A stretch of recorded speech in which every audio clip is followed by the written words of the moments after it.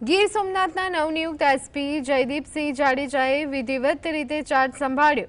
મહીસાગરથી બદલી થઈ અને આવેલા જયદીપસિંહ જાડેજાએ જણાવ્યું કે પ્રથમ જ્યોતિર્લિંગ સોમનાથ મહાદેવના સાનિધ્યમાં ફરજ બજાવવાનો અવસર મળ્યો છે।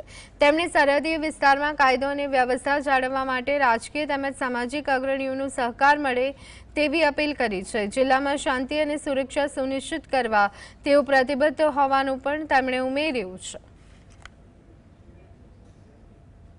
છે। એસપી મહીસાગરથી એસપી ગીર સોમનાથ તરીકે આજરોજ મેં ચાર્જ સંભાળ્યો છે। ગીર સોમનાથ જિલ્લામાં આપણું પુરાણ પ્રસિદ્ધ સોમનાથ મહાદેવનું પ્રથમ જ્યોતિર્લિંગ આવેલું છે। તો સોમનાથ મહાદેવની શરણમાં અમે વંદન કરીએ છીએ અને સોમનાથ મહાદેવને પ્રાર્થના કરીએ છીએ કે સમગ્ર જિલ્લામાં કાયદો વ્યવસ્થા જળવાઈ રહે, ઓછામાં ઓછા ગુનાખોરી થાય અને પોલીસને શક્તિ આપે।